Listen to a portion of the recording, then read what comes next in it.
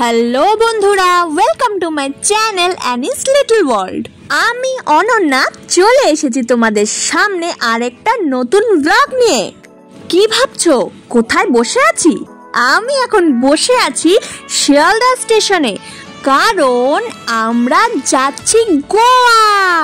আমার সাথে আছে ঋষির পাপা আর ঋষির পিসি পিসন। রাতের খাওয়া দাওয়া কমপ্লিট করে আমরা এখন চলে যাব শালিমার স্টেশনে। আমরা যাচ্ছি অমরাবতী এক্সপ্রেসে, রাত্রির 11:15টার সময় ট্রেন। তো চলো, খাওয়া দাওয়া কমপ্লিট করে আমরা সবাই পৌঁছে গেছি শালিমার স্টেশনে। এত রাত হয়ে গেছে, তাই জন্য ঋষির ঘুম পেয়ে যাচ্ছে, তাই ওর পিসির কোলে রেস্ট করছে। তো চলো এবার ট্রেনে ওঠার পালা। আমাদের গোয়া যাওয়ার লম্বা ট্রেন জার্নি শুরু। এই ট্রেনে আমাদের কাটাতে হবে প্রায় 41 ঘন্টা। ঋষি সবার সাথে খুব তাড়াতাড়ি মিশতে পারে, তাই ও যেখানেই যায় ওর সবার সাথে বন্ধুত্ব হয়ে যায়। ট্রেনে উঠেও ও নতুন বন্ধু বানিয়ে ফেলেছে। যাক, ভালোই হয়েছে, এই লম্বা ট্রেন জার্নি ওর ভালোই কাটবে। অনেক দিন পর আমরা সবাই মিলে দূরে কোথাও ঘুরতে যাচ্ছি। বাড়ির সবার সাথে ঘুরতে যাওয়ার মজাটাই আলাদা। আর ট্রেনে কোথাও গেলে তো কত নতুন নতুন মানুষের সাথে আলাপ হয়, তাদের সাথে গল্প হয়, আর গল্পে গল্পে সময় কখন কেটে যায় বুঝতেই পারি না। তো এইভাবেই আমরা সবাই মিলে মজা করে ট্রেনের এতটা সময় কাটিয়ে ফেললাম। আর কিছুক্ষণ পরে আমরা পৌঁছে যাব। ট্রেন এখন দাঁড়িয়ে আছে ক্যাসেল রক স্টেশনে। সবাই এখানে নেমে ফটো তুলছে, ভিডিও তুলছে, কিন্তু আমার তো একটুও সাহস হয়নি ট্রেন থেকে নামার।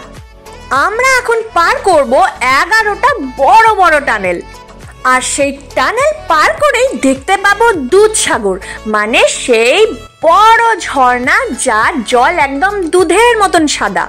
ট্রেনের সবাই অপেক্ষা করে আছে কতক্ষণে আমরা দেখতে পাবো সেই দুধসাগর। এই দুধসাগর দেখার জন্য গোয়ার থেকে অনেকেই আবার এখানে আসে, কিন্তু আমাদের আর আসা হবে না, তাই ট্রেন থেকেই ভালো মতো দেখে নিতে হবে। কিন্তু সমস্যা হচ্ছে, এই দুধসাগর দেখার জন্য সবাই ট্রেনের দরজার সামনে দাঁড়িয়ে আছে, আর আমিও সেখানেই দাঁড়িয়ে আছি। এই ভিড়ের মধ্যে অনেক কষ্টে হাত বাড়িয়ে আমি এই ভিডিও তুলছি। বাইরে যেমন সুন্দর ওয়েদার, তেমনই সুন্দর দৃশ্য, অপূর্ব অপূর্ব।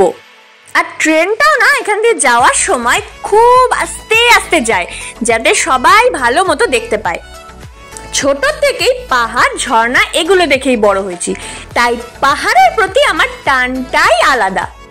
তো চলো, অনেকক্ষণ অপেক্ষার পর আমরা সেই দুধসাগরের একদম কাছে পৌঁছে গেছি। ওই যে দেখো কি সুন্দর ঝর্ণা, এই সেই দুধসাগর, জল একদম দুধের মতন সাদা। অপূর্ব এই দৃশ্য, তোমরা সামনে থেকে না দেখলে ফিল করতে পারবে না। আমার তো মনে হচ্ছে নেমে পড়ি এখানে, কিন্তু কিছু করার নেই, আমরা এখানে নামতে পারছি না। আমরা নেমে পড়েছি ভাস্কো ডা গামা স্টেশনে। আমরা পৌঁছে গেছি, ইয়ে! এখান থেকে গাড়ি বুক করে আমরা সোজা চলে যাচ্ছি আমাদের হোটেলে। আমাদের আগের থেকেই হোটেল বুক করা আছে। এখান থেকে আমাদের হোটেল বেশি দূর না, তো চলো যাওয়া যাক। তো এই হলো আমাদের হোটেল অ্যামিগো প্লাজা। তো চলো এবার ভেতরে গিয়ে দেখিয়ে দিই আমাদের রুমগুলো কেমন। রুমে গিয়ে ফ্রেশ হয়ে তারপর আমরা বেরোবো খাওয়া দাওয়া করতে।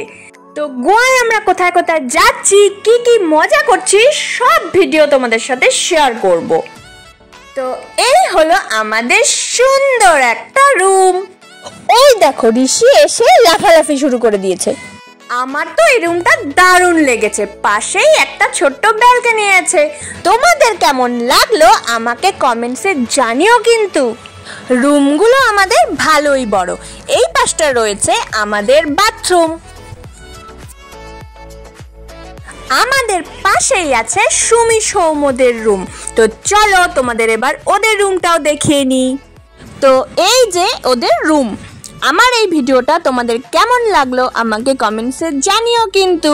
আর ভালো লাগলে অবশ্যই একটা লাইক করে দিও। দেখা হচ্ছে নেক্সট ভিডিওতে, ততক্ষণ অবধি টাটা। Thanks for watching.